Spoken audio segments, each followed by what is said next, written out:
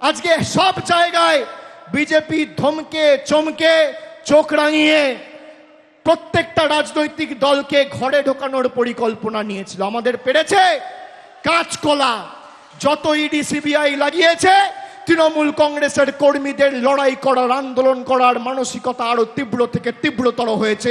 এটাই তৃণমূল কংগ্রেস। আমরা বিশুদ্ধ লোহা, যত পোড়াবে যত তাতাবে আমরা তত শক্তিশালী হব। হঠাৎ করে সংশোধন পরিবর্তন করার আইন নিয়ে চলে এলো।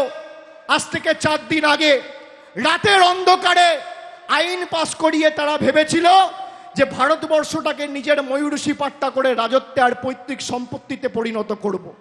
খালি তৃণমূল কংগ্রেসের 28 জন সাংসদ সেদিনকে দিল্লিতে ওয়েলে নেমে প্রতিবাদ করে অমিত শাহকে 4th রোতে পাঠিয়ে বিল ইন্ট্রোডিউস করিয়েছিল। আপনি সামনের সারিতে বসে বিলটা পর্যন্ত পেশ করতে পারেননি। এটাই তৃণমূল কংগ্রেসের ক্ষমতা।